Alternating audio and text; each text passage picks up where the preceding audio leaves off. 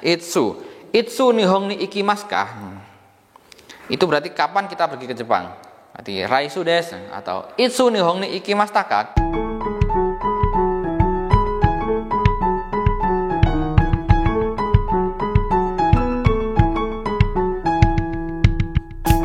Halo, ketemu lagi dengan channel Saleh Japan. Nah, kali ini saya mau melanjutkan konten kemarin mengenai belajar bahasa Jepang Mina Nihongo. Kemarin kita sudah bahas bab 4. Sekarang kita mau bahas bab 5. Nah, untuk Mina Nihongo bab 5 ini kita belajar pola kalimat nani nani wa, nani nani kata kerja. Oke, hapus dulu.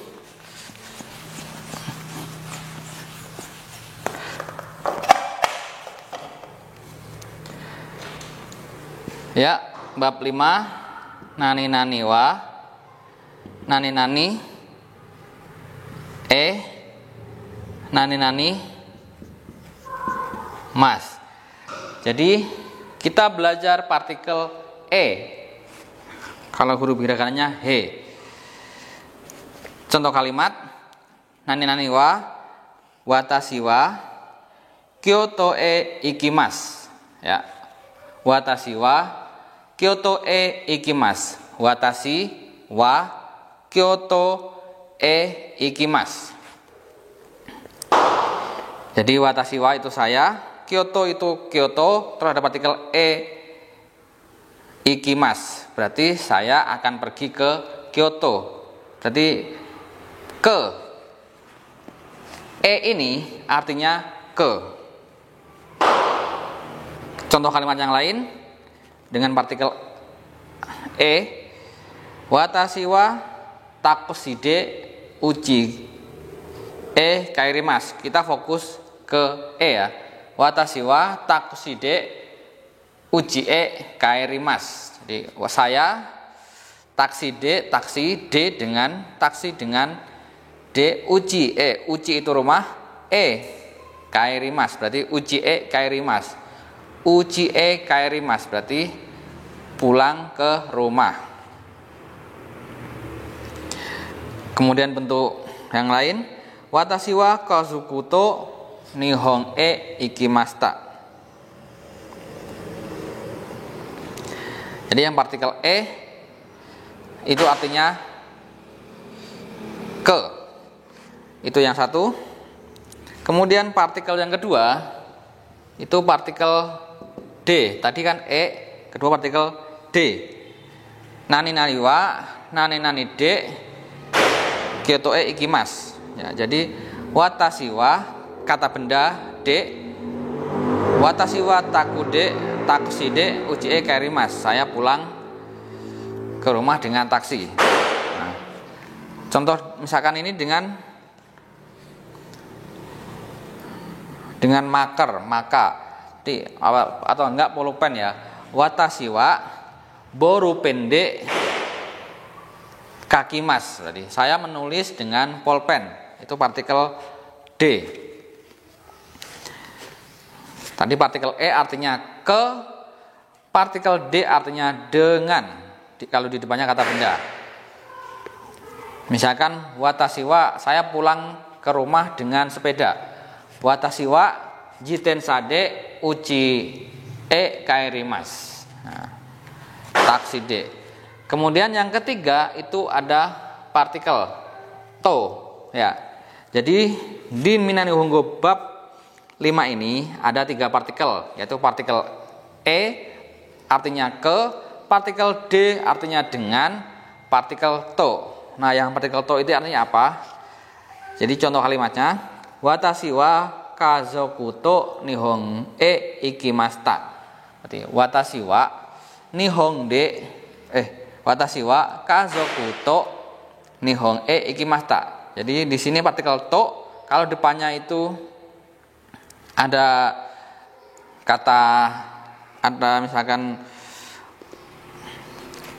kazoku teman gitu, jadi artinya tuh dengan. Jadi watashi wa kazoku to nihon ikimashita. Partikel to di sini artinya dengan. sama-sama to, tapi ini bersama, dengan atau bersama gitu ya. Jadi kayak watashi wa tomodachi to nihon e ikimasu. Jadi saya akan pergi ke Jepang dengan teman saya gitu. Jadi kalau de depannya kata benda itu dengan, tapi artinya itu menggunakan. Kalau yang kazoku, kalau to depannya itu teman, kazoku orang, itu artinya itu dengan. Terus dari kita kalimat tanya misalkan tadi yang pakai partikel e. Kita gabungkan dengan pola sebelumnya yang asoko, koko, doko gitu, berarti kan kalau kemana berarti kan kemana itu doko. Contohnya adalah asta doo ko e ikimasu ka. Besok akan pergi kemana? Jawabannya asta nara e ikimasu, saya akan pergi ke Nara. Asta Jakarta e ikimasu, saya akan pergi ke Jakarta. Oke? Kalau bentuk tanya dalam bentuk lampau, kemarin kamu pergi kemana gitu ya. Kemarin, ingatkan ada kata kemarin. Kino doko e ikimasu taka gitu. Kalau kemarin itu bentuknya tak, masta. Jadi kino doko e ikimasu taka. Jawabannya adalah, langsung aja jawab juga boleh, Jakarta e ikimasta gitu. Terus bisa juga dijawab kemarin tidak pergi kemana-mana. Berarti jawabannya kino doko emo ikimaseng desta atau kino dokomo ikimaseng desta. Itu contoh kalimat. Kemudian kalau kita bertanya menggunakan partikel D dengan alat ya. Kino nanin de Tokyo e ikimasu taka, kemarin pergi ke Tokyo dengan menggunakan apa gitu. Jadi jitensa de ikimasta kayak gitu ya. Terus kalau yang tadi yang partikel to, kalimat tanya itu berarti to itu kan dengan siapa, berarti harus dengan kalimat siapa. Jadi dare. Asta dareto dengan siapa ya. Asta dareto Jakarta ikimasu ka. Nah, besok pergi ke Tokyo dengan siapa? Nah, jadi jawabannya asta tomodachi to Jakarta ikimasu. Kayak gitu. Bentuk kalimat yang kelima. Kapan? Ini kan kalau ke berarti kan kira-kira mau pergi kemana, dengan siapa, kapan. Ini kan itsu, jadi kapan itu itsu. Kata tanyanya itsu. Itsu nihon ni ikimasu ka? Itu berarti kapan kita pergi ke Jepang. Berarti raisu desu atau itsu nihon ni ikimasu ka? Kamu kapan ke Jepangnya? Kalau ikimasu ka berarti kan pas kita ditanya itu sudah lampau, berarti kyonen desu, kayak begitu. Oke, ini adalah pelajaran Minna Nihongo bab 5. Silahkan dari yang saya keterangkan, apa yang saya terangkan tadi itu di rollback, dipelajari, bikin ke contoh kalimat yang lain, perbanyak kosakata, perbanyak kaiwa dengan teman. Nanti dengan belajar sehari seperti ini 8 jam, pasti mengenai partikel e, d dan to kita bisa menguasainya, dan kita bisa bentuk lampau, bentuk tanya, dan bentuk lain-lainnya.